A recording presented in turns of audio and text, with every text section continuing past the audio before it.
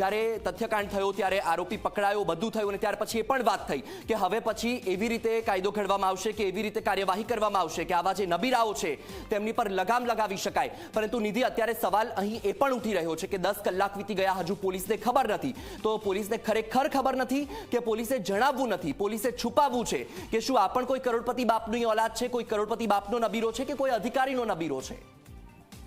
બિલકુલથી વત્સલ, સવાલ અહીંયા અહીં જ ઉઠે છે કે મોડી રાતની આ ઘટના છે, 10 કલાક વીતી ચૂક્યા છે, તો છતાં પણ પોલીસ દ્વારા કોઈ કાર્યવાહી, કોઈ કામગીરી કેમ નથી કરવામાં આવી? કેમ કે જ્યારે નિયમો પડાવવાની વાત આવે છે ત્યારે કોઈ સામાન્ય માણસ જો એક પણ નિયમ ભંગ કરે છે તો તેમના ઘર સુધી તે પરચી પહોંચી જાય છે, જેમાં મસમોટો દંડ વસૂલવામાં આવતો હોય છે, અને જો એ દંડ ન ભરે તો તેના વિરુદ્ધ કાર્યવાહી કરવામાં આવતી હોય છે. જો નાનો આમ તો એક્સિડન્ટ થાય છે તો પણ એ જ રીતની કાર્યવાહી કરવામાં આવતી હોય, તો જ્યાં એક કાર પૂરપાટ ઝડપે સિંધુ ભવન જેવા રોડ પર ચાલી રહી હોય અને તે એક બાઇકને અડફેટે લે છે, એ બાઇક ચલાવતો જે 19 વર્ષનો યુવક છે તે પોતાનો જીવ ગુમાવે છે, તેનો પરિવાર અત્યારે ન્યાયની આજીજી કરી રહ્યો છે. તો શું પોલીસને જાણ ન થઈ હોય?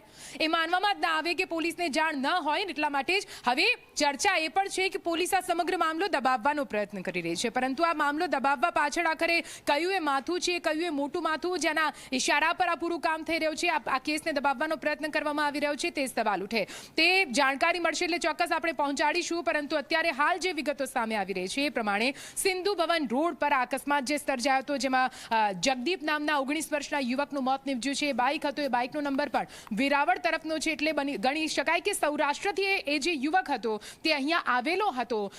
અમદાવાદમાં આપણે જોયું છે કે પૂરા ગુજરાતમાંથી રોજગારી માટે, પોતાનું પેટ્યું રણવા માટે, પોતાના પરિવાર માટે કંઈક કરી શકે, કોઈક નામના કમાઈ શકે, કંઈક કમાઈ શકે, એટલા માટે તેઓ અહીંયા પહોંચતા હોય છે નોકરી ધંધા અર્થે. પરંતુ આ રીતે બેફામ મોતની ગાડીઓ જો રસ્તા પર ફરતી હશે અને તેની અડફેટે તેઓ આવે છે, પરિવારો નોંધારા બને છે, તો આના માટે જવાબદાર કોણ રહેશે? કેમ કે આપણે પોલીસને રક્ષક કહેતા હોઈએ છીએ, કાયદો અને વ્યવસ્થા જાળવવાની જવાબદારી તેમના પર નાખેલી હોય છે. પરંતુ આ પ્રકારની ઘટનાઓમાં આ પ્રકારનું વર્તન, આ પ્રકારનું વલણ જો પોલીસ અધિકારીઓનું રહેતું હોય, ટ્રાફિક પોલીસનું રહેતું હોય, તો પછી વિશ્વાસ આખરે કયા રક્ષક પર રાખવો તે સવાલ ઉઠે છે.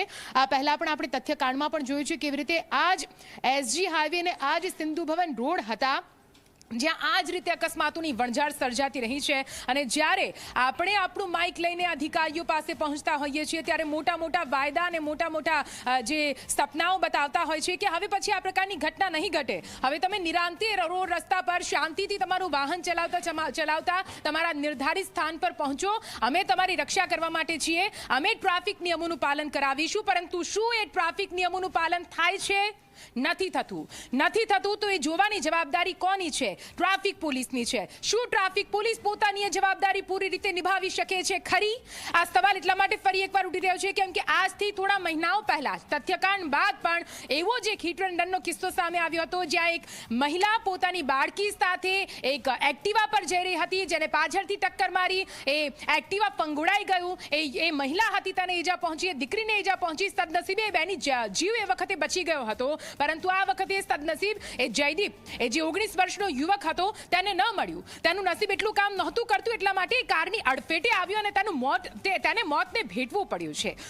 તે અત્યારે આપણી વચ્ચે નથી. આપણને વેદના નહીં સમજાય કેમ કે આપણો સ્વજન નથી, પરંતુ એ વેદના શું હશે એના પરિવારને ખબર પડે છે, તેના આસપાસના મિત્રો, તેના સંબંધીઓને ખબર પડે છે કે જ્યારે એક સપનાથી ભરપૂર આંખોમાં જે સપના લઈને અમદાવાદ પહોંચ્યો હતો એ યુવક જ્યારે આ રીતે કમકમાટી ભર્યું મોત તેને મળતું હોય, અને એ પણ માત્ર ને માત્ર એ નબીરાઓના કારણે, કેમ કે નબીરાઓને પૂર ઝડપે કાર ચલાવવી છે, તો પછી આ તો ક્યાંનો ન્યાય થશે? ભગવાન ઉપરવાળો એ તો અહીંયા આગળ જે કરવાનું છે કરવાનું જ છે. તમે જે કરો છો અહીંયા જ ભરો છો, એ તો આપણે કહીએ છીએ. પરંતુ અહીંયા જેને જે જવાબદારી સોંપવામાં આવી છે સુરક્ષાની, કાયદો અને વ્યવસ્થાની, એ ક્યારે પોતાની જવાબદારી નિભાવશે એ સમજવું પડશે. અને આ મામલાની ગંભીરતાને સમજવું પડશે, કેમ કે આ પ્રકારની ઘટનાઓ જો વારંવાર ઘટતી રહેશે તો બની શકે છે કે પ્રજાનો રોષ કંઈક રીતે સામે આવે, જે પછી સિસ્ટમ નહીં સહન કરી શકે. બિલકુલ નિધિએ, આવું છું આપની પાસે ફરીથી. તો જે રીતે મારા સહયોગી નિધિએ પણ કહ્યું કે હવે સમય આવી ગયો છે, પોલીસે